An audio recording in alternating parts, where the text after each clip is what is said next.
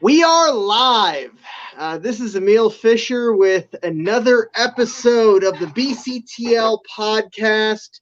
With me today, I have the Golden Greek, the legend, the man that is the man, Mr. Jiu Jitsu, Mr. JJ, Michael Mihas. How's it going, Mike? What's going on, buddy? Miss seeing your face. Yeah, good seeing your face too. I've known this motherfucker since before I knew who Mr. Jiu Jitsu was. It's crazy, man. How have you been doing? Well, I'm an essential worker, so I have been training and working. I didn't stop training, I know, before I get crucified. So what I did was I saw what was happening, that we were about to get shut down. So I picked one training partner to train with. And me and him have been training together ever since. And I opened up to a couple other people, but we're just a few of us that are training. I'm waiting until see what happens. I guess supposedly I heard that May 14th is what I heard, that there might be an opening up May 14th, 15th, something like that in Ohio. I don't know how true that is. That's what I heard. I'm hearing mixed reviews. I'm hearing that it's not gyms or anything. It's just like salons and shit. Yeah. That's what I've heard. I don't know if that's what the validity of that is, but it's a bit of a bummer, to be honest with you. The whole situation's a bit of a bummer, but I'm not really interested in talking about that too much. I mean, I guess it's good that you're being active. Hopefully the people that you are training with are properly isolating themselves, and so that's the hope. That's the hope. I took my antibody test, and I came back negative. I took the real one, not the one where you get your finger pricked. I took the real one where they take a big vial of blood. It takes a couple of days to get the results back, and I just got the results 2 days ago, so I was negative. If I take an antibody test, I want to be positive. I know. Because as far as I'm concerned, it's one of those things. I'm not gonna get into it, but as far as I'm concerned, if you already had it, you're unlikely to be able to get it again. And therefore, if shit really hits the fan and it starts spreading, you don't have to worry as much. Yeah, I was kind of bummed I didn't have it. It's the first time I ever went for a test, and I wanted to test positive. Yeah. Not that I go for that many tests. It's just for that test there, I really wanted to be positive. So, unfortunately, it didn't happen. Yeah, what are you kind of bummed? I was. So if I had it, I was gonna talk so much shit if I had it though. I was like, yeah, I told you I had it. What's the everyone says they had it in December or January. Yeah. I was gonna do, even though I wasn't sick then, I was gonna say, yeah, I was sick then too. See, just to make myself feel better. But no, I came back. Actually, a lot of people around here got tested, and I know a lot of people are getting tested, and they're all coming back negative. So yeah, I don't know. But anyways, so you've been training pretty much forever, like that. You've been training since the early 1900s or so. Yeah, I have no life, and I'm old. So. And you're a black belt under James Terlecki, who's under Marcelo Montero. Correct. And you're based in the Youngstown area. You train at a gym called Next Level. When did you start the Mr. Jiu Jitsu page? So the Mr. Jiu Jitsu page, I didn't start the page for the reasons people think I started it, which is to vent on here. I started because I travel a lot for work. And I thought it'd be a good idea because I literally travel all over. That's why you see me at so many different gyms. I don't travel as much as I used to because my job has changed a little bit. But I wanted to be able to go to a city and be like, and just post, hey, I'm going to be in Chicago this week. And then gyms I've been to before would follow me from that page. So I would post every gym I would go to. I would take a group picture and I would post it and be like, trained here, was an awesome time. And then the first week I had the page, I gave it a stupid name. I called it like inappropriate jiu-jitsu, just something stupid. And then I was like, well, if I want people to follow me so I can go to their gym and train, so I'm like, I don't know. So when I first started doing jiu-jitsu, I would always talk about jiu-jitsu over and over again. And my buddies were like, okay, Mr. Jiu Jitsu, you're gonna talk about that again. You like it was so I didn't come up with the name. I wish I was clever enough to come up with a name, like a catchy name like that, but unfortunately I didn't come up with it, to be honest. So my friends came up with it, and then I just used that name. And then the page was just made for that. It was just made so I could find it was for selfish reasons, so I could find gyms to train at. That's the only reason why I made it. And then somebody stood me up one day, and I got really mad, and I posted it on there. And then the next day I came to the page, and like a bunch of people shared it. And I was like, well, that's weird, because it was a direct post to someone else. So I didn't think someone would really share something personal. And then like a week later, I was ranting about something to someone else, and they shared it again. And then the page just started building up. I'm like, people really like when I'm ranting for some reason. And I would just, and everything I talk about it's really specific. Like when I make a post, it's not because I'm like, man, let's see who I can upset today. I'm trying to upset lazy parents, and it's just something that I read or some interaction I had or something I've gone through personally in my life, and I post it, and people seem to vibe with it, and I think that's cool. So, well, it's funny because a lot of pages like yours, or a lot of individuals in your kind of category, it's somewhat of an act. With you, it's not. Like, having actually met you, hung out with you, trained with you, you are what you present yourself as. And that, I know, it's kind of crazy. So, like, at what point did it go from, like, because your page has like 170,000 followers, and that's all organic, to the best of my knowledge. Yeah, I could probably make it a lot bigger. I could make it a lot bigger if I actually paid some actual attention to it and did some like marketing. But I enjoy it the way it is. I enjoy, honestly, what I really enjoy, Emil, are like messages, like the private messages I get from people. There's nothing that I would ever expect in my life would be like this private message. I get messages from people who've been abused, people who are struggling with their training, people who are ready to get into like martial arts training. Some people are just not confident. Some people are asking me how to build their page up, and I just tell them what I did. I was like, whatever you do, if at any point you attempt to be fake, the internet will see it.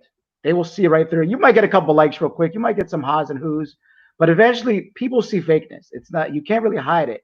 If you're doing something and you're just all about the money, or you're all about promoting something, people will see. Now, there's nothing wrong with making money doing this, but if that's all you're about, it'll level off. You can only take it so far. So I believe the organic reach is the best way to reach people. And if you really want to convince people of whatever, to sell your seminar, to start training, to believe in whatever you're doing, it's got to be organic. Like, there's nothing that annoys me most than when I see a promotion, a paid sponsor promotion. I don't know, it just bothers me. And I just right away, I don't want to sit unless it's something like, I understand that Facebook has to make their money, people have to make their money. I don't know. I like when it's organic. I'm kind of old school like that. Yeah, so it's like having built. I now have 2 pages that I own. There's the Emil Fisher BJJ page, which we are doing this stream on right now, and then there's a separate page, Ground Up BJJ, for my academy, Ground Up BJJ. And Ground Up, I've bought ads for, because I'm trying to grow that business. Like, I'm trying to attract people in the local area to whom I don't have access to already. But on the other side of things, the Emil Fisher BJJ page, I refuse to throw any money at that. Maybe as this podcast grows, I might do some marketing just for the sake of, because I do want to get sponsors for the podcast at some point. That's an eventual goal of mine. But yeah. So at what point, like, did you see was it an exponential growth? Was it one day you had 1,000 likes and the next day you had 10,000 likes, or what kind of a timeline were you on? It was slowly, but it was a lot. I couldn't understand it. And I couldn't understand that people, like, everything I was writing about was very specific. So it's not like where you write a post and like you write articles for Jiu-Jitsu Times and you're trying to reach a wide audience. I would just write a specific, and just some people, I think either people who were dealing with what I've dealt with, or people who were confident enough to say out loud what I was thinking. I would type it, into words. People were connecting with that, and I think it just people would share, then the next person would share, then the next person would share it, and it just, and I try to be serious. I try to mix some humor in it. I can't be serious 100% of the time. Life is too short to be serious, 100% of the time. It's not fun. You cannot be, and sometimes I try to use humor to bring people in. Sometimes I am a little straight to the point to bring people in. So it's fair, but it's me. It's how I usually talk. So it's just. That's what I'm saying. Like, having actually met you, having actually interacted with you in real life on multiple occasions, I get the impression that, that's actually who you are, which is kind of crazy considering the rants that Mr. JK goes on. There's a lot of times in mail where I actually somebody will message me, and then I'll bring it back down to tone. I'm like, well, this is what I actually meant, because somebody like, well, I work 60 hours a week. I got 2 kids. I just lost my job, or my wife had cancer. And I'm like, well, this is what I mean. I'm like, then I'll bring up stories from other people. I'm like, well, this guy was dealing with this. This guy was dealing with this, and I'll bring up, So I take it down. But what I just post is I'm just getting people in the door to talk to me with what I post. And then if you send me a message, I'm like, hold on. People are like people will start off a message like, before you yell at me, and I'm like, no, hold up. Let me explain what I meant why I posted. And then they're like, oh, I see. I've had a lot of people actually apologize to me. They're like, man, I said some fucked up shit to you. I didn't really mean that. I didn't understand where you're coming from. And it's amazing how many people I've sent to other gyms all over. I've sent people to gyms, not just in America, gyms in Europe, in Asia, all over the place. I've sent people, and I tell people all the time, if you have a gym, send me a message. And I got this little file, I hold it in. So if someone's like, hey, I'm in France right now. And I'm like, well, what part of France? And then I'll type it in. I'm like, hey, do you have a gym near here? Or some kid will send me a message like, actually it was a couple months ago, I sent a message to Bobby Emmons, is that his name? The guy in Indiana. Yeah. So I sent him a message. There was a kid in that area who wasn't doing too well. And I was like, hey, I've seen you online before. There's a kid who's going through some stuff right now. Can you hook him up? I don't think the kid ended up going, but I do stuff like that. I see somebody in an area, and I try to remember. I'm like, hey, this guy's training here. Or like something was happening in Cleveland. You'd probably be the first person I'd send someone to. So that's not a good choice. Everybody in Cleveland fucking hates me. You know what? If somebody hates you, you're doing something right in my book. I guess. So the other thing that you've been involved in, and you're not, I haven't seen anything from it in years now, was you were involved in a podcast, the BJJ Hour podcast. Whatever happened with that? Our schedules people were doing one thing, was one thing. I would rant a little bit, and I'm not sure everyone liked it that much. I was a little too much to the point. So, I mean, to be fair, your rants were better than the one dude that you guys brought on a bunch of times, the dude from Louisiana. Your rants were better than his, so at least you got that going for you. Wait, who's from Louisiana? The guy from Louisiana, Josh something or other. Oh, Josh Mancuso. Oh, you're talking about the one we did with Henner. Yeah. Josh is a good guy. Josh is a good guy. That was something. Yeah, Josh is like me. We're very emotional people. We speak from the heart, so we're very emotional. You're emotional too. We're all emotional people. We speak from the heart. Yeah. I think that was a fun podcast. I'm not sure if Henner still likes it. It was a Henner Gracie infomercial, bro. Yeah. Well, see, that was a problem. I didn't flip out in the middle. In the middle of it, I said, I can't deal with someone getting a blue belt online, and then people took it like I was talking down to Henner. It's something I still don't agree with. I don't think anyone should get a martial arts belt online, especially Brazilian Jiu Jitsu, which is something that you have to deal with the fire to get it.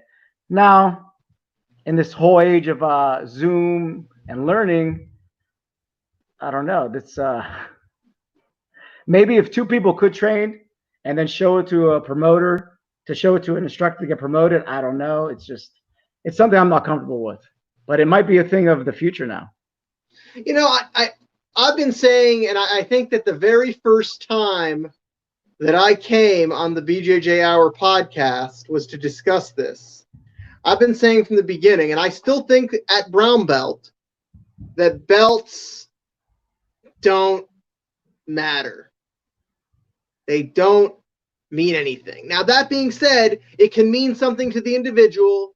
It should mean something to the individual. It should be a symbol of trust between the instructor and the student and things like that. But I maintain to this day as a brown belt, and I'll probably still say the same shit as a black belt, that I firmly believe that it's not about the belt, it's about the experience on the mat. Yeah, it definitely is. I've definitely changed my mind over that view over the years. I used to be very, especially when I was in very competition mode, I was all about, I was very into like, this is my belt and this is what I did for this and that. And now it's all about, it's something I look at my belt with pride. I'm like, well, I did this and this. I walk every morning with a limp for that belt, or I have this injury on this hand because at purple belt, I don't want to tap at this one tournament. Or I have this one, my one toe's turned in from a Naga tournament where my foot got caught in the mat. So I have all these injuries. And then I look at these belts and like, well, this is what this belt needs to be. But back in the day, I was the exact opposite. I was very gung-ho on the belt, especially when I was a purple belt. I think I was a super douchebag, especially blue belt and purple belt. Because I was competing a lot and I was just like, I wanted to compete against the brown and black belts. And I've said many times that you remind me of an old Mike Mihas growing up. I was ready to go against anyone, and I couldn't wait to go against a higher belt. When I saw someone that some belt was me, I was like, I always wanted to go against a higher belt. And when I first started doing that, I was very advanced with the leg locks before people caught up. So I was catching a lot of higher belts with leg locks, and they would get mad at me. So I see a lot of old me in you, which I enjoy watching you, Bill. It's a pleasure to watch you. On the other side of things. So, like, for example, last year, I had a match scheduled at a Fuji down in Columbus. I was supposed to go against a gentleman by the name of Michael Jacobs. And Mike Jacobs, no call, no showed. And in his place, a gentleman by the name of Brad Schneider stepped up last minute. Brad was just there to coach. And Brad and I are friends, and he stepped up. Now, Brad is a purple belt. I'm a brown belt. Jacobs is a black belt. Brad almost fucking beat me. That was a tougher match than I think Jacobs would have been. And honestly, for me, that competition experience was probably more valuable than a match with Jacobs would have been. Because, yes, it would have been nice to get another win over a black belt under my belt. But does it really matter? Like, does it really? It's more about the experience of going against a higher level competitor. I think that Brad is a better competitor than me. He's done better shit than I have, quite frankly. Well, the thing is, if people could hear what you're saying right now and understand what Emil's saying, that you hold value in the experience. People don't realize the value of experience. People think that, oh, it's the name of the tournament. It's who I'm going to go. If you don't realize the value of the experience, the value of the competitor you're going against, in the future, it's almost like putting money in the bank and getting interest on it or getting a good stock. People don't realize that. Yes, you might lose at this tournament if you decide to go in this division or you go and do the absolute or if you go against this person. But what you will gain, but mentally here, the value is going to pay off in dividends later. And I tell people all the time, go against the hardest person. When you're at the gym, the person that beats your ass is the person you want to roll with the whole time. If you can hog him, and you can leave the gym frustrated every day, those dividends will pay off. Those physical and mental dividends will pay off later. I promise you. Yep. You'll get it back tenfold.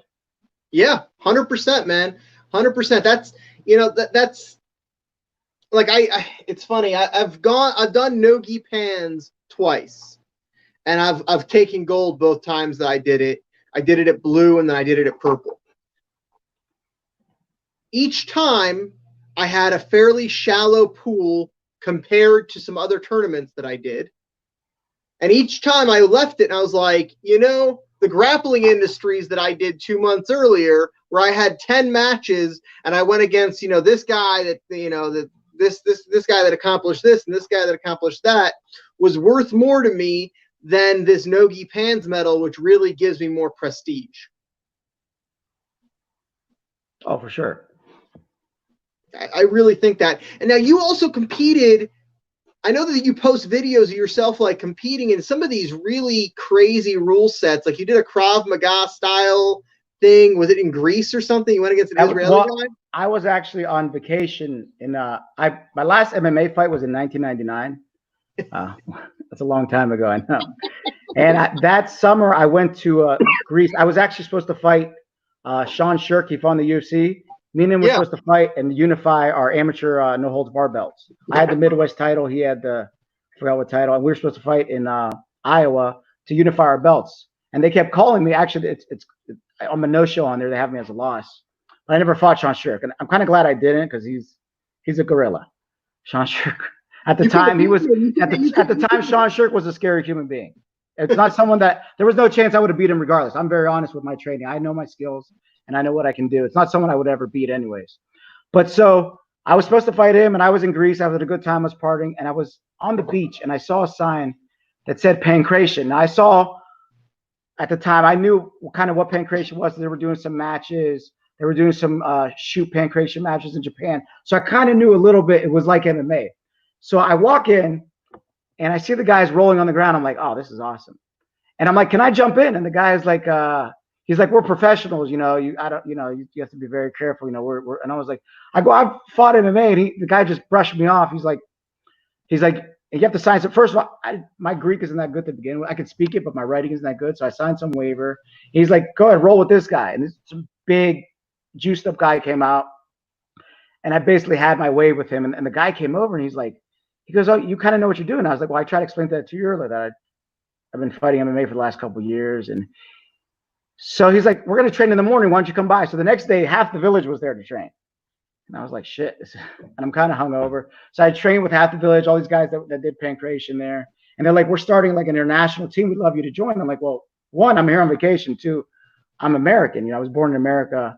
They're like, my parents were born in Greece, but they came here. I was born in America. And they're like, well, we have an idea. We're going to start this national team. We'd love for you to join. And I was like, again, I'm on vacation. I'm leaving to go back to America in a week. Well, long story short, I ended up staying 9 months in Greece.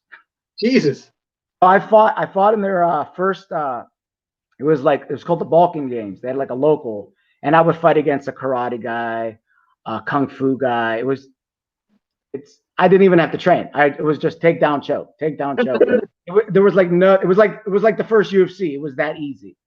Yeah. And then I had like the Greek national games, and the hardest guy I had to go against a guy who was a judo guy. I actually have a video of it, and he hip tosses me, and like a typical judo guy, when they toss you, they like put your back on you.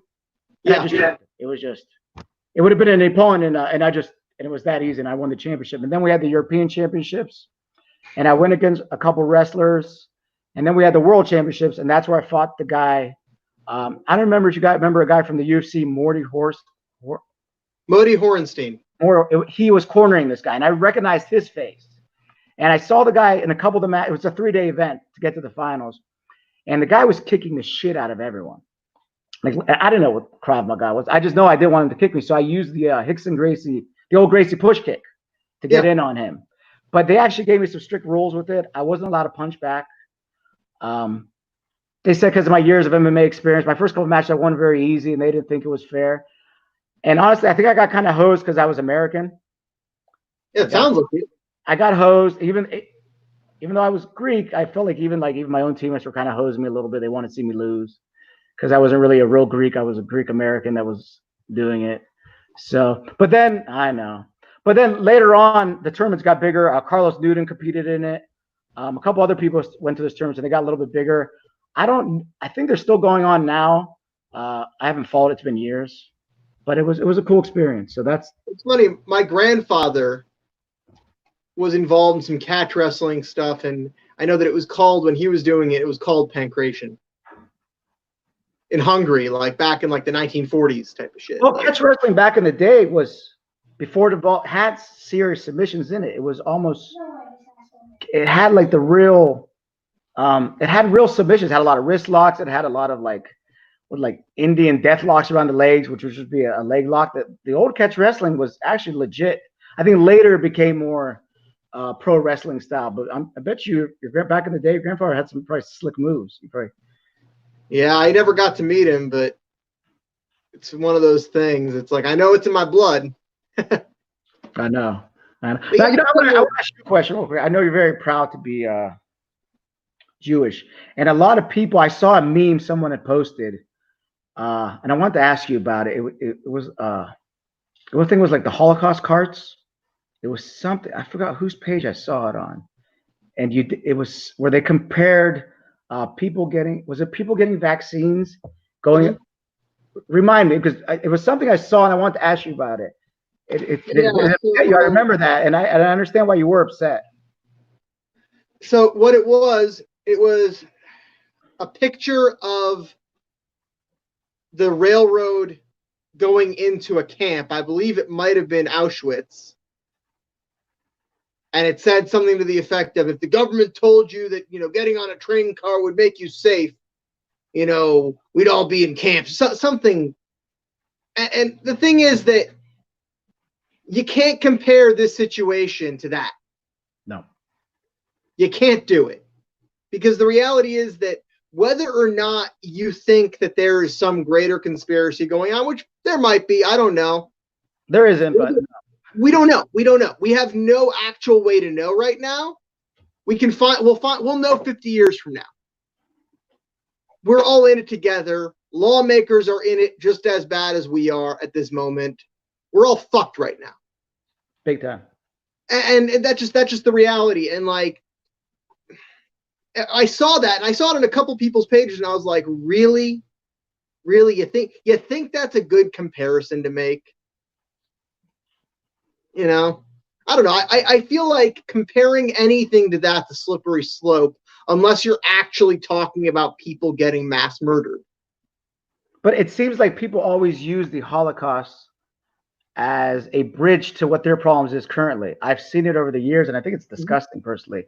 When there's a mass murder, when there's a shooting, when there's this or there's that, how can you compare? Was it 6 million? 6 million. How can you bridge that into whatever, a shooting event in Las Vegas, in a school event in this, in a sick person doing this, in a child? Like how can you bridge everything? It's like people have used that as their personal platform for the next thing. People are using a death from 40 years ago, 6 million people dying, to get elected now for this now. And I think it's disgusting. Yeah. Yep. I am not a fan of that, to say the least. I think it's ridiculous. It's just how people how people's brains are so distorted. And I tell people all the time, maybe you need to go see a documentary on Netflix, what really happened, how they were selling they were taking people's skins and making lamps. Yeah. I mean, stuff that I don't see anybody doing that stuff right now. So it's you can't compare one or the other. I don't know. I went from training to that subject, but it was just. I know you're very proud of your heritage, and like I'm very proud of people who are proud of their heritage, and they take a lot of pride, like you do. So that's why I want to bring that up. It's just. I mean, it's one of those things. Like I had Haim Ghazali on here a couple weeks ago, and we talked a bit about it. But yeah. Anyways, wait, what's this? Hold on. What is this? What is this? What is? Hey, this is Horseplay Jiu Jitsu coming at you live from the Horseplay Fire Hall in the middle of the Nevada desert. I just want to tell you guys, before you be letting Mr. Jiu Jitsu run his mouth all over the internet, I've been asking that man to roll for 2 solid months, and he's been dodging me.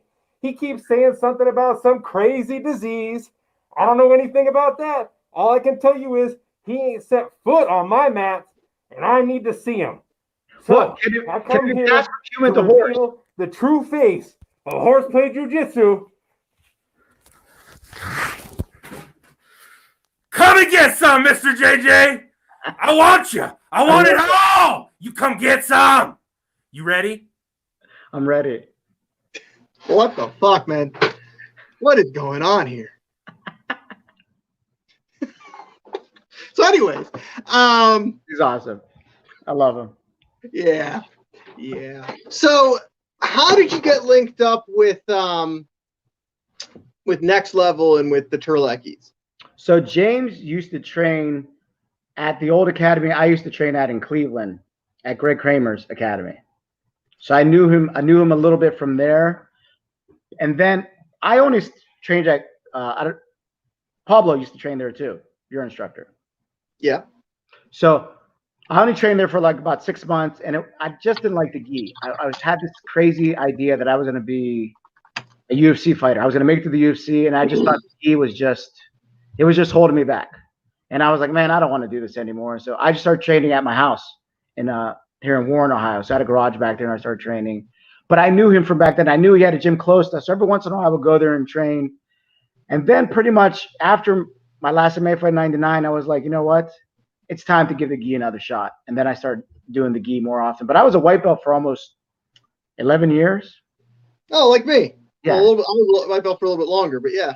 So, but the truth is, even when I did compete in jiu-jitsu matches, I never did the beginner or intermediate. I always did the advanced tournament.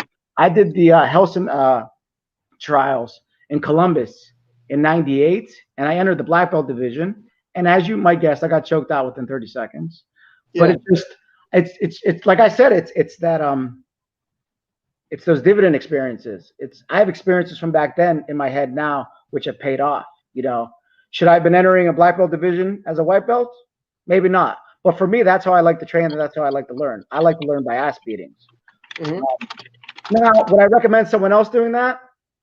No, I wouldn't. It's just how my brain is kind of wired, and I've always been like that.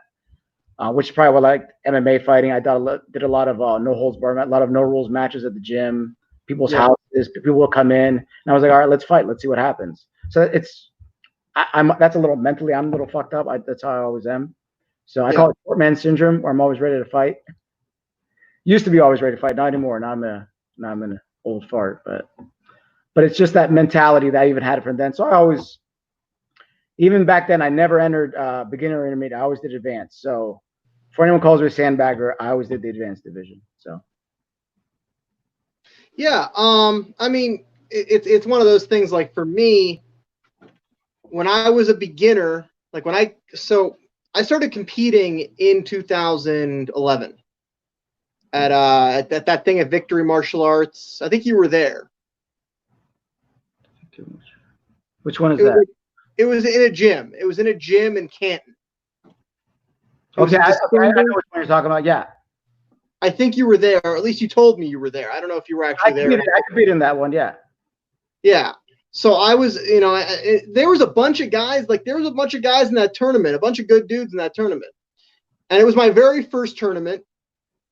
And at that point, I realized how little I actually was able to translate what I was doing in jiu-jitsu to competition. And so I would enter beginners divisions, and I entered several beginners divisions until I finally won a gold medal. And then I went to intermediate. And I did a bunch of intermediate divisions until I won a gold medal. And then I started doing more advanced. And that's a perfect way to go. It's just the way my brain is. I do everything the hard way, unfortunately. I've done everything in my life the hard way. So I feel like, which is why I don't do good in seminars, like a seminar atmosphere. Like if you want to show me a move, it's almost like you have to do it to me. And then I'm like, all right, show me what you did. It's I don't know if it's just my old school brain or it's just something where if you're like, you should do this and this. I'm like, yeah, but when I do this, this is what happens where I'm good at doing this and this, set of techniques. It probably would have been good if I started off beginner, intermediate, then advanced. But I just felt that just go get your lickings right now and learn. So, and I'm still that way. I'd rather get my ass beat and then learn what I did and then break it down from there. Yeah, that makes sense. But it's not for everyone. It's not for everyone. I wouldn't recommend a beginner to do what I did. Even my MMA stuff, I tell people all the time, before you step into a cage, you need at least a good solid 10 grappling matches under your belt, a good solid kickboxing, 10 smoker kickboxing matches. You need a lot of stuff before you do your first MMA match, especially if you're going to fight MMA. There's two reasons to do it. One is to make money or just prove something to yourself and you're only going to fight one time. But if you're doing it to make money, do it slow. go do the jiu-jitsu matches, go do the kickboxing smokers, and then do your first MMA match. Because believe it or not, if you want to make money in MMA, they look at records. Records is what's going to make you money. Yeah, I mean, you're not going to make money doing MMA. You're not. But if you're that 1%er, you better have a good record too, just to get in the door. Even the 1%ers, man, it's like the 0.1%ers that actually make anything, because you got to look at it from the perspective of what it does to your body and to your brain. Like, I look at so many people that I know. MMA is such a fucking garbage sport, like as far as how it treats its competitors. I mean, MMA fighters are some of the best athletes on the planet. Believe me, I'm not looking down on MMA fighters. I'm looking down on the sport of MMA, the organization of the UFC, or, these local MMA promotions for the most part. I look at stuff like what happened to Cody Stevens. And it's not good, man. It's rough. It's rough. And there's the reward at the end it's only personal reward. It's all bitter, personal. The reward at the end is all personal. If you want to open an MMA gym, it's just like jiu-jitsu gyms. I believe if you want to have you can have a successful gym. There's nothing wrong with that, be it MMA or jiu-jitsu. But if you have competitions under your belt and you can show people competition videos of trophies, I believe it goes very far in marketing. The only thing with MMA, it's very hard for you to spar with your students later on just because of the damage you take. With jiu-jitsu, you could roll. Look at me. I'm 90 years old and I'm still rolling. So it's just with MMA, it's just I couldn't do it like the MMA I did in the 90s where we were just beating the shit out of each other. I couldn't, Yeah. It's just that's why if you want to make money in this sport, like I think you're doing it right, the way you're competing all the time. Because again, those are dividends that are going to pay off later when you open a school, when you do a promotional video. If you want to open a chain of gyms, they're like, well, Emil in Cleveland is my our head instructor, and also look at him back in the day doing this competition, doing this. He innovated this kind of guard. He did this. You know what I'm saying? So what you're doing now is paying off dividends. I'm not saying you can't never compete and open a school. There's tons of guys who don't compete and have successful schools. That's not what I'm saying. But if you want to be in that 1-2% who's making a lot of this, you got to compete. It just is what it is. Or you better make a lot of world champions come out of your gym. Yeah. One or the other. For sure. And you're not guaranteed to make world champions come out of your gym because only the individual can make themselves into a champion. Definitely. Now there's also great coaching. There's great instructional. Sure. There's just the gym atmosphere. Sure, it definitely does come down to the individual too. It's just because none of these gyms, most gyms people go to are paying to go to these gyms. Most people, unless you're lucky, like back in the day, Lloyd Irvin would pay for, he'd have a whole house. People would go there and train, but there's not too many places. I know that a couple other gyms have places like that, but as far as I know, the only one that has like a big house that will take people in is Lloyd Irvin in Baltimore. And I think, I'm not sure. I'm not sure if another gym does. I think there's a big gym in California that has a house where they take people in. But there's only 2 gyms I heard of that actually take students off the street and let them come in. They make a certain amount of money. But besides that, everyone pays to go to their gym, most likely. Yeah. For sure, man. So we got a question here. And if anybody wants to ask questions on this, best thing for you to do is actually go to the original stream. And you can type your question into the comments, and I'll put it up on the screen. But we got a question on one of the feeds here. I got Matt Levy asking, what do old school guys like yourself think of new school style with inversions, barambolos, etc.? So I am not like your typical old school guy. I know you're not. I love worm guard. I love getting inverted. I love playing off my shoulders, horizontal. I've always done new school. I was doing it back then, and back then I was just called an idiot. But now everyone does it. Back then, especially like what you call your Burt Reynolds guard, stuff like that. Back then, it was just me being lazy and flopping because I didn't want to do takedowns. And now it's an art form. Now what you do is an art form. Now what you do is what everybody wants to do. Everybody wants to get inverted. Everybody wants to do the Burt Reynolds guard.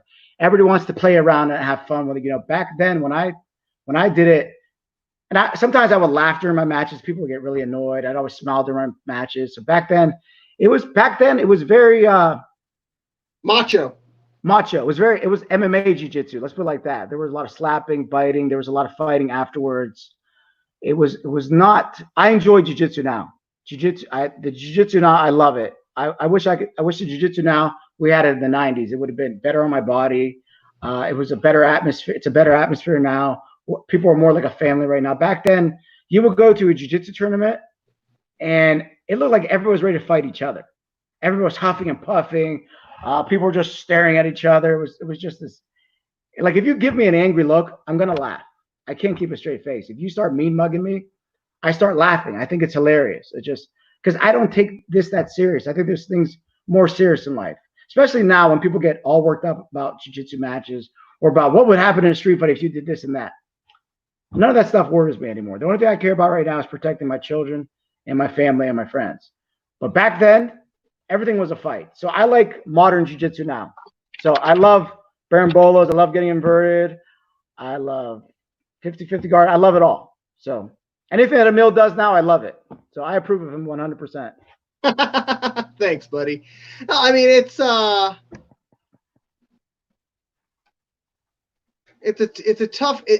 tough thing to think about, because I think that there's something to the hard-nosed mentality that you describe. Like, there's certainly something to it.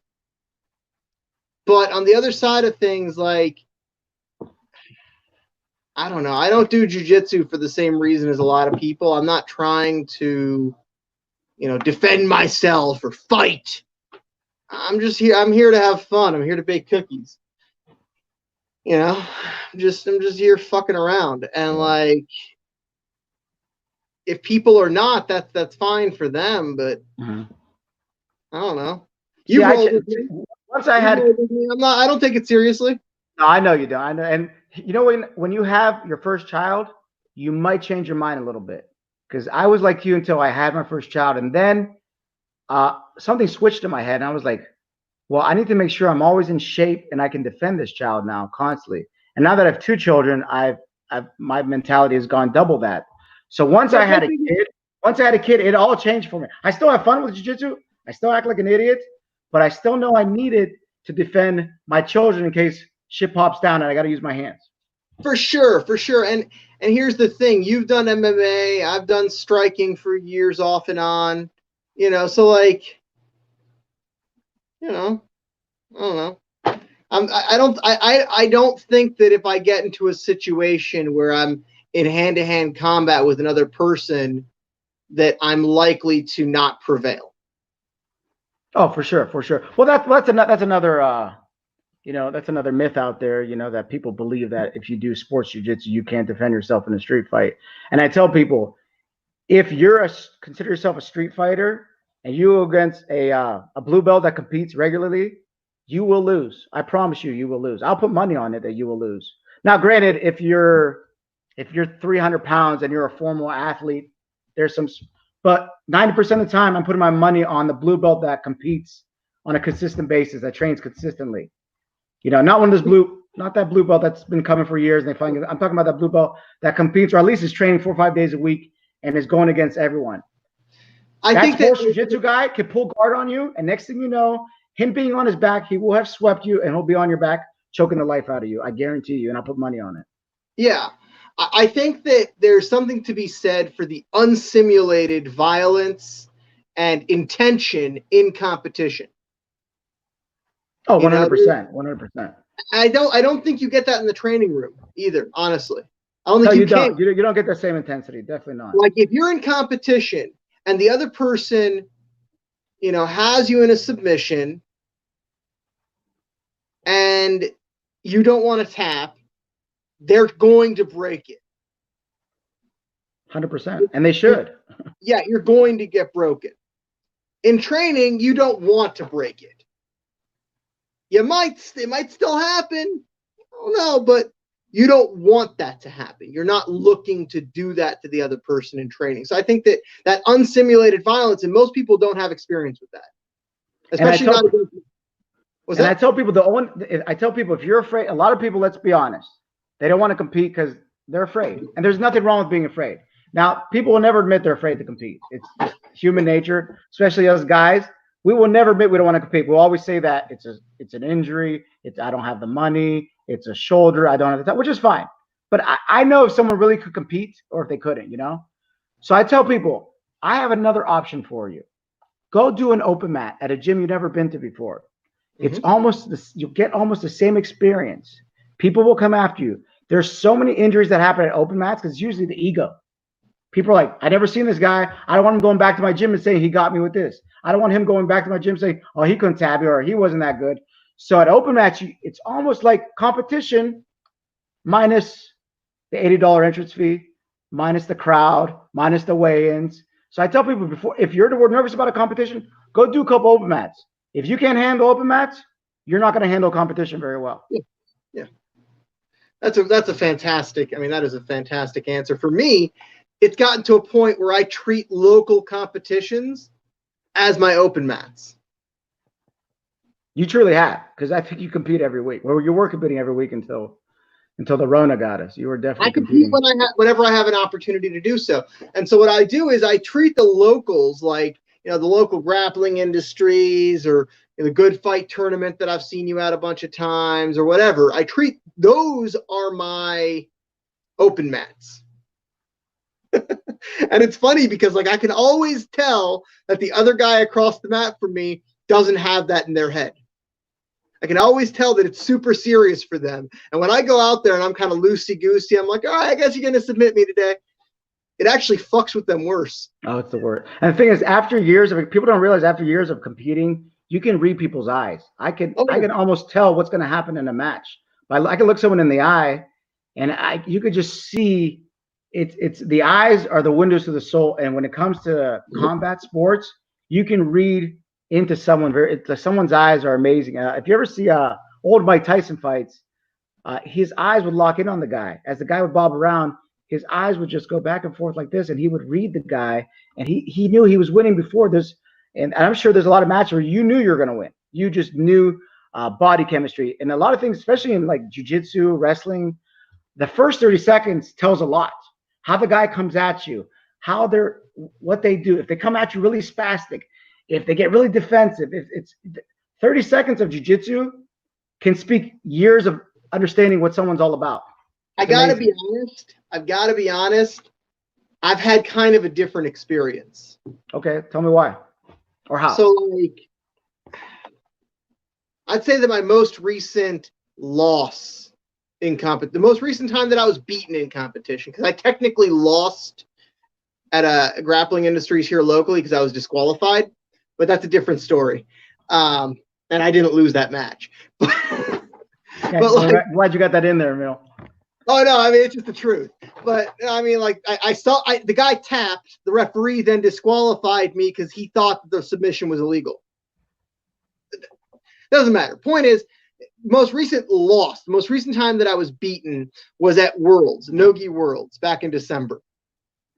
And I went out there, I see the guy, he looks nervous, the way he's moving, he doesn't look like he's moving great. We get out on the mat, I feel the guy's energy, I'm like, I got this in the bag. I lock up a triangle on him. As soon as I lock the triangle up, I'm like, you know what? Maybe I don't have this. I'm going to go ahead and unlock the triangle, play a little bit. As soon as I unlocked the triangle, his whole demeanor changed. And then I went to my half guard because I figured I'd sweep him with the half guard and leg lock him. As soon as I went there, I could tell that I'd made a big mistake and that I just put myself in his position.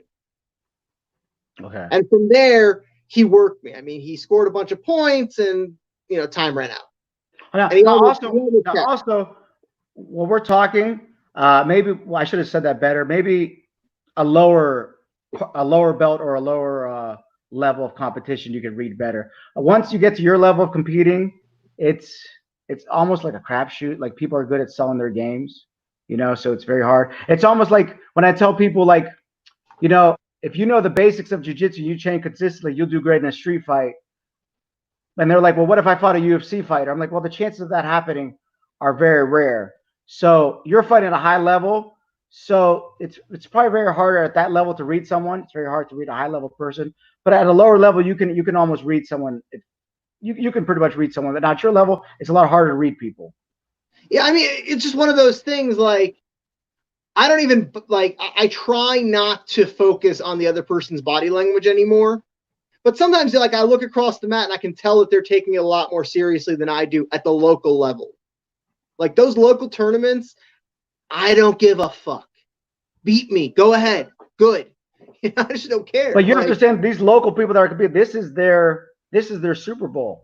This is their, I'm making up for being bullied in high school. This is, I'm proving something to myself. This is me finally. So local competition, I love people that compete locally because it's a lot of people are doing something for the first. Some of these people never played a sport in high school. Some of these people have been through, they've been abused all their life, and they finally use jiu-jitsu to make them, it's given them a new path in life, a new hobby to make them feel better. And their first competition is like it is life-changing for them. Even if they do a couple local competitions, to them, this is everything. To them, this is the big league. This is the best it's going to get. And so they take it a lot. And I understand why they take it a lot serious. It's why I tell people, you know what? Go hit those open mats, man. You want to get good, go hit those open mats. There is nothing like an open mat. At an open mat, everyone's going to try to murder ball you. You know that firsthand. We know that firsthand. You go to an open mat, especially if people recognize you from competing, they're going to come after you. They're like, yeah, you know that guy Emil that wears the unicorn spats and all that? Yeah, he can pass my guard, It's like, so it's people will use you as their bragging rights. It's a great place to test yourself. So go hit the open mats when we're allowed to start training again. Yeah. I don't know. I mean, I guess even especially at open mats, I really don't care. Like, so I guess I have my hierarchy. I got my day-to-day class where I just, whatever happens. I'll put myself deep in a submission and then try to get out, that kind of thing. Like, I am deliberately trying to get murked in training at the gym. So that's the gym training. Then open mat training. You and I have only ever trained like open mat style, where I'll fuck around plenty, but I am trying to prevail. Like, I am trying to do okay. Then when it comes to like local tournaments, I'm trying to win, but I'm trying to win using my B-level techniques. Like, not my best shit. And if I win, I win. If I don't, I don't. And then when it comes to like pro tournaments, professional shit where there's money on the line or where I've like traveled for, I'm throwing all I've got at it. Which is why your mindset is like, again, you're almost like a 5%er now.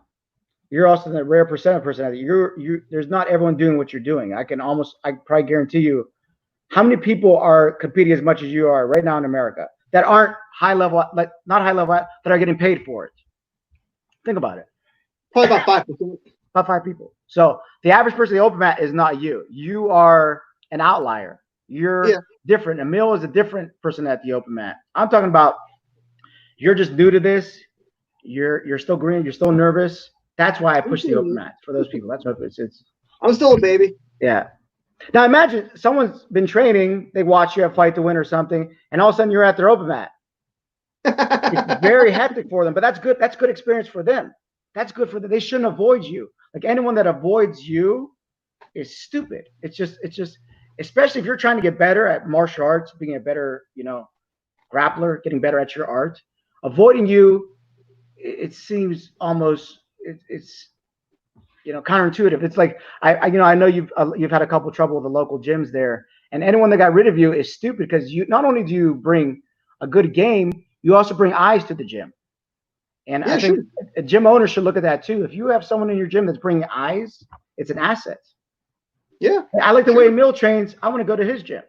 I like, what's happening. I like his game. I want to go there. I like what's, I see other people. It's a good competitor is an asset to a gym. So that's where I look at it. Yeah, like you were doing, like you do with your Mr. JJ page. When I go places, I usually try to take a picture with the people I train with. I try, sometimes I forget, but like I usually try to do something. And you're promoting that gym too. It's like people are like, oh, they're like, I follow you and I'm in Mississippi. I didn't know you're at a gym in Mississippi, so I got I do the same thing. So it's just, I got think it helps everyone. Jaquel Moore's asking if people got rid of me. Yes, Jaquel. I've been kicked out of 8 gyms in the Cleveland area. I'm notorious for it. Is it really 8? Yeah. Oh my God, that's that. So that's another record you hold. So competing a lot and. But see, Emil, I know you. I know the way you roll, and it's like me. Whatever pressure you give me, I know when to tap. I know what to do. I know how to protect my body. But a young up and comer, it's just their brain just can't deal with your style because you. It's not that you just that you're relentless. It's just that you've seen everything that's coming. You compete so much that even an up and comer grappler, you're still light years ahead of him. You know what he's doing. You know what the pass he's doing. You know every sweep that's coming. You even know if you do get swept, what's your next B and C move? What's going to be to regard to get him? It's just so I guarantee when younger people go with you, you probably have a lot of wars. I'm sure everyone's trying to fuck you up. Some of them are. I don't know, man. It's weird. It's fucking weird. You've seen me roll. I've seen you roll. I enjoy it. It's one of those things. And so like, do you still do a lot of cross training when you're allowed? Yeah. Before all this, if I'm out of town, I'm at a gym, I just walk in. I usually don't even call in advance. I just walk right in. If I have a meeting across the street, in my briefcase, I got my gi, I got my stuff, and I'm ready to go. And the good thing is a lot of people follow me on social media, so I'll go a couple places and I'll train with people who don't do jiu-jitsu. They're like, hey, let's go to my gym and lift. Or another guy, it was a couple months ago. Where was I at? It was down in it was in Tennessee, and the guy took me to a shooting range, and he showed me all this cool shooting stuff, tactical shooting. So the good thing with my page, I've got to train with all different kinds of people in all different aspects of life, which is why I really love the page now. So I get to train. I get to do a lot of stuff, not just jiu-jitsu. It's pretty amazing. Where were you in Tennessee? It was right at the border of Kentucky. It's Silver Springs. I know you train. I know you train with my one buddy Joe Langford down at the Tennessee BJJ Academy down there with Ray. I've trained all over. I've trained all over Tennessee. I can't even remember. I've trained all over Tennessee. Now I remember you made a comment to me. Hey, I don't remember when it was, but you made a comment to me about like how black belts don't really like rolling with you, or how you run into issues with like getting like black belts oftentimes will avoid training. They will especially if you just walk into a gym, and if it's a smaller gym, because I'm in like very small towns sometimes, and usually it's like one black belt, and he's got his 5 white belts. And I get that he's not rolling all the time, so usually I'll just be me rolling with the white belts, which I don't care, But I do get that a lot, where a lot of instructors don't want to roll, or they want to watch me roll first, and then if they're comfortable with the way I roll, they're like, oh, this old guy ain't shit, I'll roll with him, So I do get that a lot. I get a lot of people who are just like waiting for me to be dead tired, and I don't give a shit. I really don't care who taps me out. I'm at that point in my life where I really don't care who catches me. It's just, Now, I don't like getting caught. Let's be honest. Nobody likes getting caught. But it's just, to me, it's just learning. It's like, okay, I want to make sure that doesn't happen again. I actually want to roll with that person again and see if he can't do that to me again, Or maybe he's just that good and does catch me again. So that's how my mentality is. It's not really something that's going to keep me up at night. It used to keep me up at night. What do you think of people that ramp it up to 1,000, if they get caught? I like it. I'm not gonna lie. I like it when people go nuts. I might not roll with you again after that, but I want to feel it. I want to feel it because it lets me know a lot about what kind of person you are too. It lets me know that you're a fucking asshole to begin with. That you're taking shit too serious. But I want to feel it because especially my older age, I want people to go crazy on me because I'm like, if I'm with my children and some 250-pound psycho comes after me, I'm only 5'6", 170 pounds. If some guy comes after me, I want to get used to the crazy coming after me too. I need the crazy. I want the crazy and I want the control. I don't want crazy 100% of the time because my body can't take it. But I still like it. Am I going to train with you consistently? Absolutely not, because you're a douchebag. But I do want to feel it though. I love, dude. That is probably one of the best answers I've gotten on this podcast. Period. That's fantastic. No, because like it's a thing, and it's something that I have the instinct to do, and that every time I get tapped out by somebody, that like I wasn't trying 100% against before getting tapped out by them, every time it happens, I always have to tell myself, now, Emil, if you change your intensity, you're an asshole. But also, don't forget, your training, my training, your training, we're training for two different things. We're training for two different paths in our lives right now. You're training so a high-level black belt doesn't snap your arm or snap your leg, or doesn't, or doesn't add to your loss record. You're training for different reasons now. My training is I want to train with that spaz so I can go home and go, look, this 250-pound football player came in and I hung with him. I swept him, I did whatever I want. So I know if some big guy comes after me and my family, I can do it. Your thing is now is, can I pull off the right technique? So it's our training has, I've gone one way, you've gone the other way now. I've left the competition. See, my training is now. We're still both training for the same reason. Ultimately, it's to be able to win. It's to be able to use jiu-jitsu to win when we want to win. So, like, I'm assuming that if that spaz that isn't even necessarily being deliberately spazzy, if somebody catches you that shouldn't have been able to catch you, quote unquote, because you were just dicking around, you're not going to go ham on them. No. Right? But as a competitor, it is good to feel it one more time and not let that happen again. In your case. Sure. Yeah. In my case, instead of me getting tapped the second time, let me see if I can stall him for 5 minutes. Enough. So my brain, I'm like, well, if this was a self-defense scenario, I got 5 minutes to either reach for my weapon, to call for help, or something else. So that's what I mean, like two different aspects of where I'm going with it. Well, like for me, for example, let's say somebody at the gym catches me with a specific technique from a specific position. The next roll, I might put myself in that position, go halfway into the technique, and then try to get back out. Which is what you should. Now, another person, the exact opposite, will make sure he never gets in that move again, and that's a shame because they will have learned nothing. If people don't realize, if you get caught in something, go right back to it until you cannot get caught in it. Sure.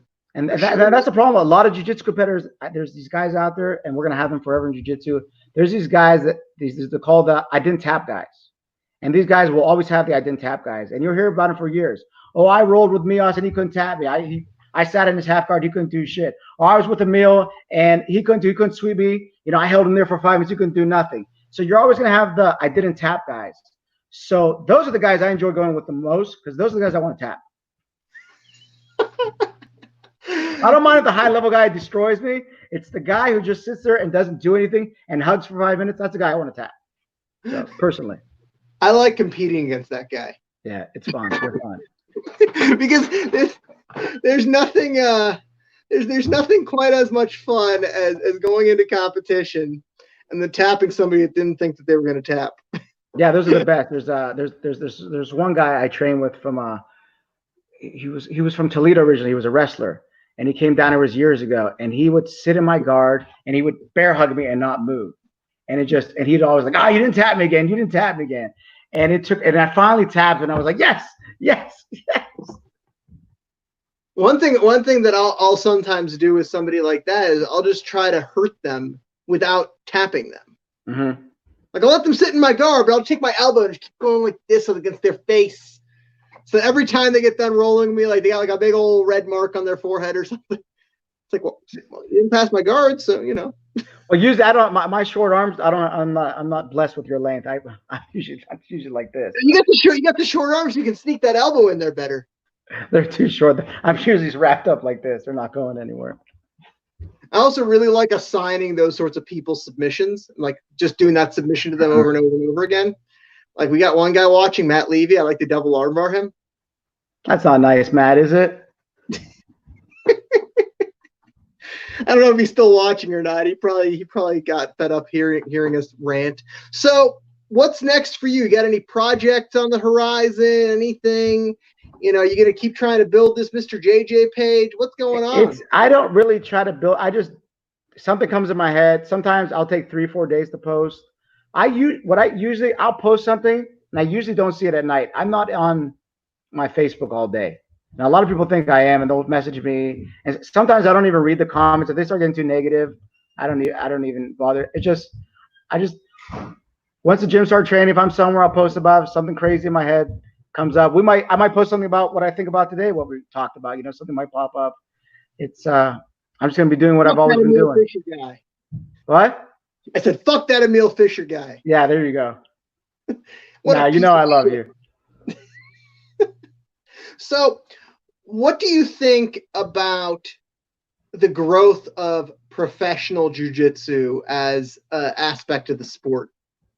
I love it. I think it's great. I think it's a lot of guys deserve the recognition, the money that's coming to them now. I think it's only going to get bigger and bigger. I think with this Corona, we're currently at a setback, and I feel bad that I don't follow the jiu-jitsu scene the way I used to back in the day. So a lot of people are like, hey man, you know what's his name? And I was like, man, unless it's a meal or like some big name, I feel bad that I don't follow these young grapplers anymore. I wish I did. A lot of them message me, which is cool. A lot of them message me for matches. They'll ask me my advice. I'm like, man, you guys are 10 times better than me. I don't know why you're asking me for advice. So, but whatever I can, I give them what's left in my brain. So it's interesting that you bring up like the 10 times better than me notion. So like it's very often like I draw inspiration from guys that I can tap out. Like there's a lot of guys that I know that if I were to compete against them or if I were to roll with them and go hard, that I would, I'd beat them, quote unquote. I'd tap them. But that doesn't mean that I can't learn from them. Like I look at, for example, Sean Dougherty, who's in the comments here. And like, the reality is that Sean's body has been broken over the years and he can't move like he used to move. And he can't even really roll that much anymore, as much as he'd like to. But the fact is that I've learned a ton from him. On the other side, there's Pablo who can still kick my ass, and I learned a ton from him. And it's like it doesn't what you are able to do to me doesn't necessarily dictate what I can learn from you. Oh yeah, no, that's What I meant by there's stuff that I could tell people, especially from competing all these years, especially like with all different types of people. I got to roll with some high level people before. There's definitely a lot of experience I could pass down. So that I probably didn't say that correctly, and I meant just from like from a grappling standpoint, for going live, against these guys I would lose. It's just, there's a lot I can definitely pass down, which is why I enjoy my inbox is my favorite thing. My inbox is my favorite thing. I get about a dozen messages a day. I probably get another dozen on Instagram, and those are my favorite things. And I'd rather deal with those things all day than go look at my comments. So I enjoy that. So if I can help someone through my experiences, through my fuck ups, I tell people, look, don't do this because look, I did this and look where I ended up here, or don't do this because look what happened to me here, or don't do this because I ended up doing this. So I try to use me as a almost like a map of what to do and what not to do. So it's tough to like, especially depending on what your goals are and what you're trying to do. It's sometimes tough to get what you want out of every training partner. Like sometimes for me, it's like I only have a handful of guys that I can really get a challenge from. But if I know that, let's say this guy has this experience or something, or he'll be able to offer me this insight, yeah, sure. Oh yeah, I'll roll with them. It doesn't, just because I can tap you doesn't mean that I can't learn something. Oh yeah, for sure. You can always learn something. I learn stuff from white belts consistently. I love rolling with white belts, especially like I said, I like the rough guys. I know a lot of people don't like that. I like the spazzy rough guys. I like the big spazzy rough guys. I think they're one of the. I tell people right now, if you can't handle the rough spazzy white belt, then you got some problems. Just from a self-defense standpoint. My problem is that I can handle the large. You can, but the 40-year-old dad that says I'm here to learn self-defense, that's who he's got to learn to deal with, because that's who's going to come at him in real life. You're not going to attack anybody on the street. I don't think you are. You're not looking to get any street fights and rob someone. No. Usually the thug that's going to go crazy for 30 seconds, that's who we have to learn to deal with. Those are the people I tell these fathers who are 30, 35 or out of shape. I'm like, learn to deal with these younger guys that are going to go nuts on you for 30, 40 seconds and use your jiu-jitsu to nullify that movement. Yeah. I guess, but here's what I was going to say. That 250-pound spazzy white belt, I either have to hurt you or get hurt by you. And the fact is that, like, because of the kind of techniques that I'm working on, if I hurt you, there's a chance I might cripple you. Yeah. And I'm not looking to do that to some 250-pound white belt. You just scared every white belt from rolling with you again, by the way. I mean, no, here's the thing. Like, if you're not spazzing, like if you're not freaking out, okay. But that's what a white belt's supposed to do. It's human nature. Like, I don't blame the white belts when they spaz out. They don't know any better. It's human instinct. Now, if you're that blue belt that's still spazzing out, maybe we'll have to hold the submission an extra second. But the new guy that spazzes out, I don't blame him. I don't get mad. I don't like, oh, look, he's. If you roll with a new guy, you're gonna get scratched. You're gonna get pinched. He's gonna bend your fingers. Now, I also don't think new people should be rolling with each other right off the bat. I think it needs to be monitored. There needs to be a high-level instructor there watching them. You can't have a 250-pound white belt former football player rolling against a 35-year-old accountant that's had a bad back, or against, you just can't have it. You have to be careful about the guys rolling with the girls, especially if the girl's a little advanced and she taps a guy out. You're asking for trouble the next round. Yeah, for sure. 100%. It needs to be monitored. Here's an example. Like, you've met him. My guy John Varro, the guy that I brought with me when I trained with you the last time. Yes. Yes, him. That guy's the beast. Yeah, I know. Big, strong guy, right? Big, strong. He was very scary. I remember rolling with him. He's a very scary guy. He'd been training for about 4 months at the time. Mm-hmm. That was 4 months of training. He got his blue belt recently. So when Varro started, what's that? Congrats, Tom. I want to roll with him again. He's a great dude. Yeah. So, nice. But when Varro first started, he started kind of coming to me and kind of picking my brain a little bit. And like, I saw somebody who was about my size, a little bit bigger than me, a little bit stronger than me. Hold on, I got a comment here. It's a funny comment. No, Lisa, don't be scared to get on the mat. Just relax. All we ask, just relax. That was like, I started training with Varro, and what I basically told him was, listen, match my energy.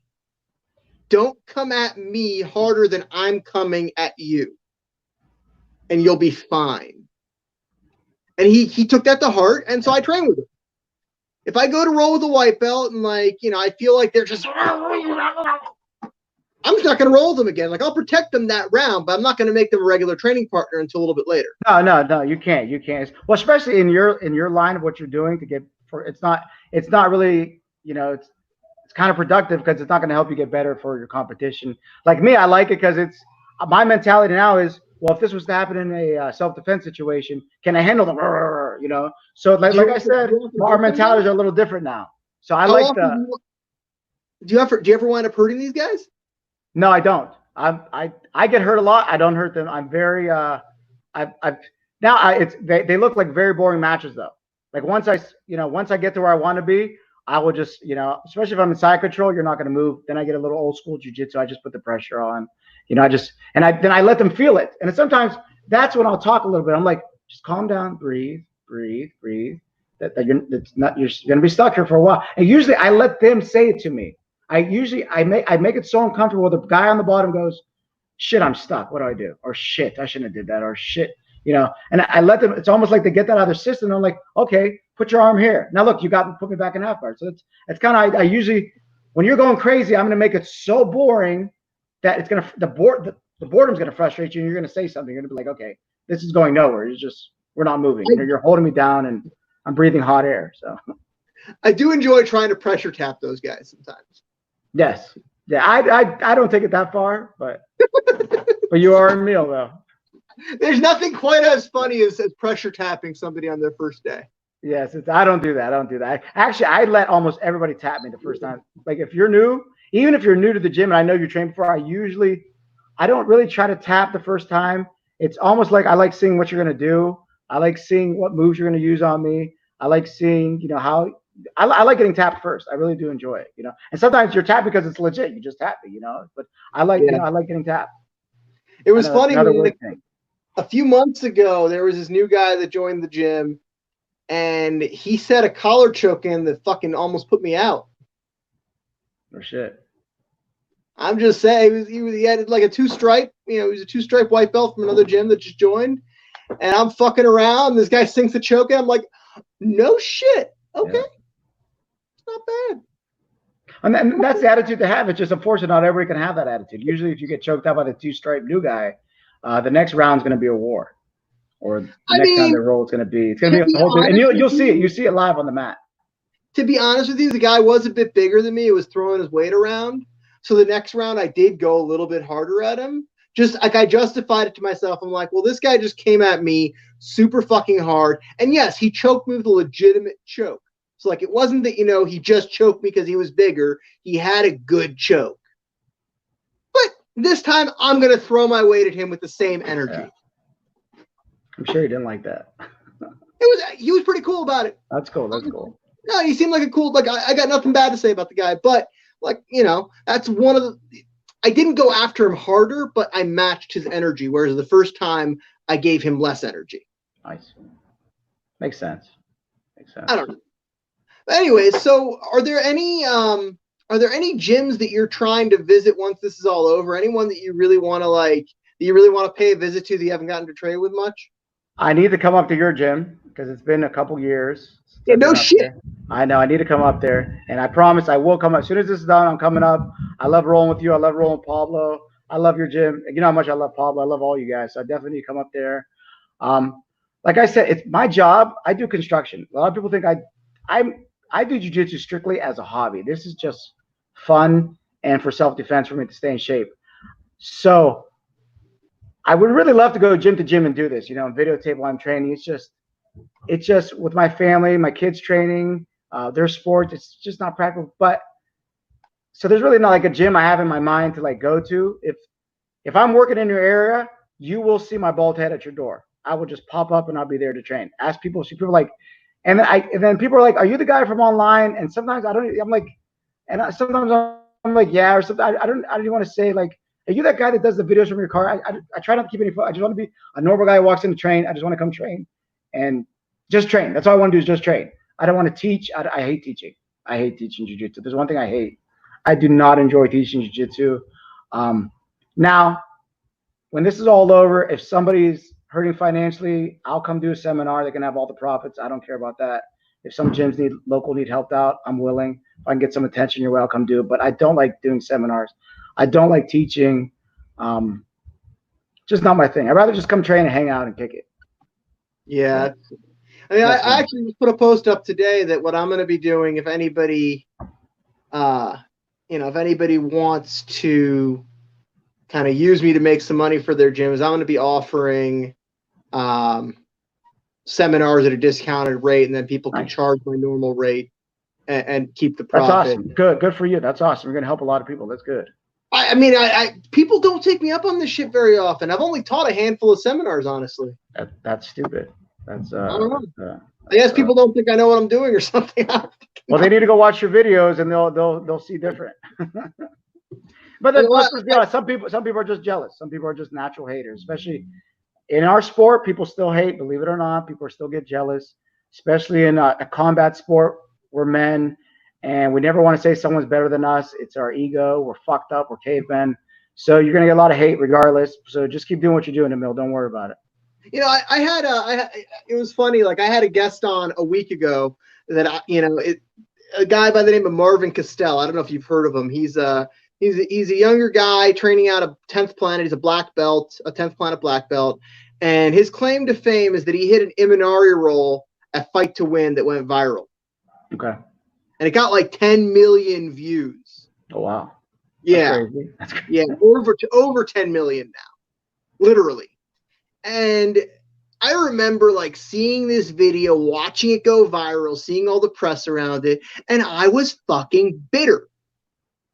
I was like, fuck this guy. Like, it's a nice Imanari roll, but like I hit them too. Why can't any of mine go viral? And then like I interacted with him a couple of times and I'm like, this is the nicest person ever. Fuck. Yeah, a lot of people, they'll see something, they don't know that. Like they'll see a video and then they'll have a misconception how the person is, which is and I'm sure you get that a lot. I know I get that a ton. I get that a ton from people that fall, but I'm sure you get it a lot too from your videos. And you're also very, very brash. You're willing to throw down with anyone. So especially what you're doing, you're gonna get the hate. It's gonna come, and actually, it's a good thing for you to get hate because one, you know, hate like that can put money in your pocket. Yep. You know, like I said, so dividends down the road. It's good stuff. So keep doing it. I enjoy it. Plus, I enjoy it when you upset people. I do too. Yeah, it's always funny. I enjoy it. And you can back it up. That's the best thing. You know, a man who can't back up his words, you know, not really a man anymore. I don't know, man. But yeah, like it's tough, man. So what else you know, do you want to talk about anything else tonight? Was there anything else that you had on your mind? Oh, I don't have anything on my mind. Just normal craziness. There's so much craziness in this noggin. It's just madness. Did you see the video of the black man who was shot jogging? Yeah, I did. That is fucking disturbing. That is, and I was just looking on the news. There is a second video that's going to be coming out soon. They were saying from another angle, and it's just it's a crazy world we live in. That jogging down the street, you can get shot because of the color of your skin. It's fucking disturbing. It's I'm really interested in seeing the second video come out. Like what I just saw, I just looked at it, like he was jogging, he went around the truck, and they fucking shot him. It's fucking it was disgusting. And I see the guys just got arrested. And what are your thoughts on that? It happened back in fucking February. Yeah, that's what I'm saying. What do you think about that? So number one,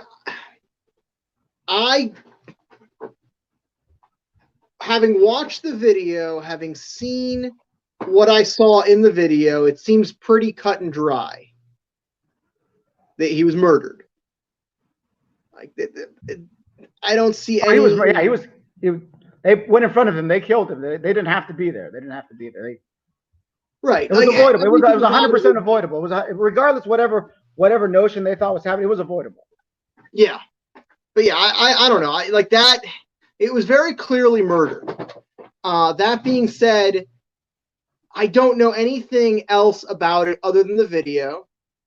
I don't know any of the background on these two guys or any of the background on the victim. You know, so I just don't know about the situation. What I know is these guys should have absolutely been arrested and charged a long fucking time ago. That's amazing. That's mind blowing that it took them till today to get arrested. That's right. That's fucking disgusting. Right. They should have been arrested and charged and let the court system figure out what the fuck happened. Like, why were these people out there trying to shoot this guy? Like, I think this is going to become one of the biggest issues coming up. I think this is going to get bigger and bigger. I think it's hit it just at the right moment with everyone stuck at home, with the coronavirus, with the political sides both fighting with each other, Democrats, Republicans. This came at the worst or best moment it may have came. You know, I see a lot of people. It's been a lot of people that together that I didn't think were kind of really into that stuff. Like I'm like, oh, I'm shocked. That guy's, you know, he didn't like that. You know, a lot of people I didn't think would be against that are against it. You know, maybe because the video is so cut and clear, or because it's so obvious what happened, or because of what we're going through currently in history. Maybe it's a lot of things.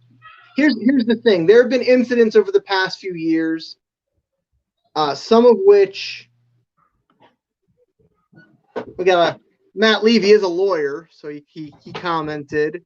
He said, it's called felony murder. They didn't witness whatever crime they claimed the victim committed. They had no right to stop him, even if he did do what they said.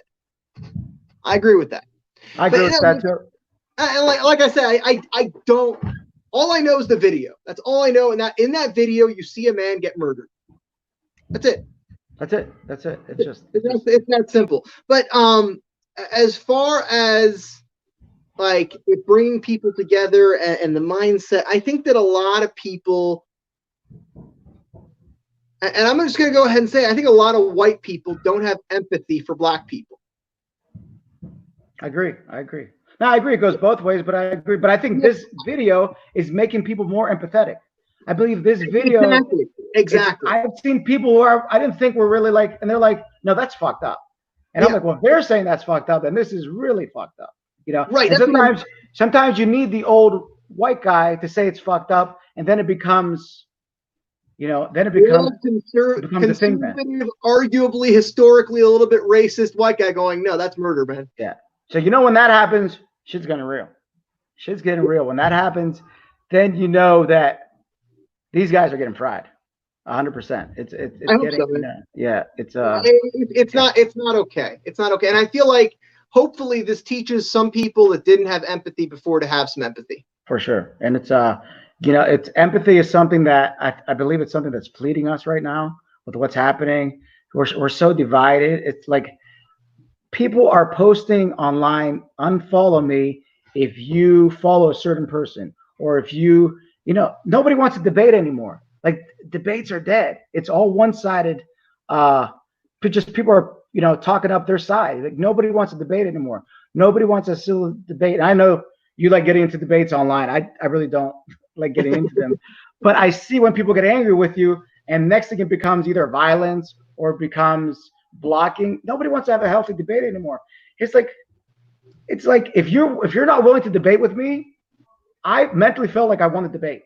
As soon as you turn it to violence or anger, or you get real personal or anything like that, mentally I want to debate. It's 1-0. Debate me. You know what I mean? If we're talking about something, you got to get real violent right away, get real upset, or start calling names. I want to debate. Yeah. I like getting blocked. I love it when people block me. I know you do. You sicko. I love it, man. It's like my favorite. I feel like there's no greater compliment than blocking me. Oh yeah, it's great. It's great. Now I personally, I like upsetting you, but then I like bringing you back in. You like going for the sub right away. I like to upset you, but then I want to bring you back in. I want to make you my friend. That's I like upsetting people, but I also want to bring them back in and let them know really I do love them and I want to do better. You're young and you want to go for the kill, so. You're just a nicer guy than me. That's all. I don't know about that. I'm not that young, man. I'm not that young. In our life, that's all. People think I'm younger than I am. What are you, 30? What are you, 36? I turned 35 this year. 35. I knew you were in like mid-30s, yeah. Well, I'm young. I'm not like a kid. I wish I was 35. Oh, for sure, man. You're what, like 70 now? Yeah, I'm 70. I turn 71 next week. All right, man. Well, we're at the hour-and-a-half mark. I'm going to take a quick look at all of the streams I got running here. If anybody has any questions, feel free to chime in the comment section, because we got Mr. JJ here, man. He's one of the most famous grapplers in the sport of jiu-jitsu. I don't know about all that. That's definitely not. No, I'm a nobody. I disagree with that. You're somebody to me. Good. There we go. That's all that counts. So what do you think of all these rule sets that are coming out in the professionalization of the sport? Do you think that they're good for the sport or not? Like, what do you think of EBI rules, for example? Oh, I think it's great. I think it's great. I think it gives everyone a chance to get into their own type of grappling match they like. Some people like sub only. Some people like points. Some people like more wrestling jiu-jitsu, which is ADCC. So I love it. I love it. Some people want a clear winner. Some fans want a clear winner at the end. I'm still old school. I have no problem watching a 2-hour grappling match. I have no problem, but I am very rare. And what I like doing is not marketable. No one's going to sit there and watch a 2-hour grappling match. I actually like it. If I like you and I like your style of grappling, I'll watch you grapple for 2 hours. And I like seeing a clear-cut winner. That might be the old school in me, because I like the old MMA fights where they have no time limits. I like it. I think it's good. I think everyone can find their niche of what they like and they can get into it. You know, some people like sub only. Some people like EBI rules where they go into overtime. They start in the back, the spider web. So I love it all. I like it. For sure, man. All right. Well, just looked at all these streams. Nobody else has anything to say here. I want to have you back on soon, man. This was a fun episode. For sure, man. I'd love to. So for anyone interested in tuning into future episodes of the BCTL podcast, tomorrow at noon, I have my friend and sometimes opponent, Joe Bays. Then Sunday at noon, I have the legend, Eric Paulson. Monday at 5:30 p.m., I have Joshua Starlord Leduc.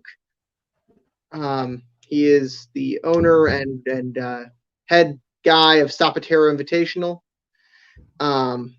Then Tuesday, I have Ulysses Bella from the band Ozo Motley, Grammy-winning musician. Wednesday, I have David Aguzzi, the owner and head promoter of Grappling Industries, which is one of the largest tournament circuits right now. It's going to be at 6 p.m. Thursday, I have Nikki Sullivan, who is an elite female competitor.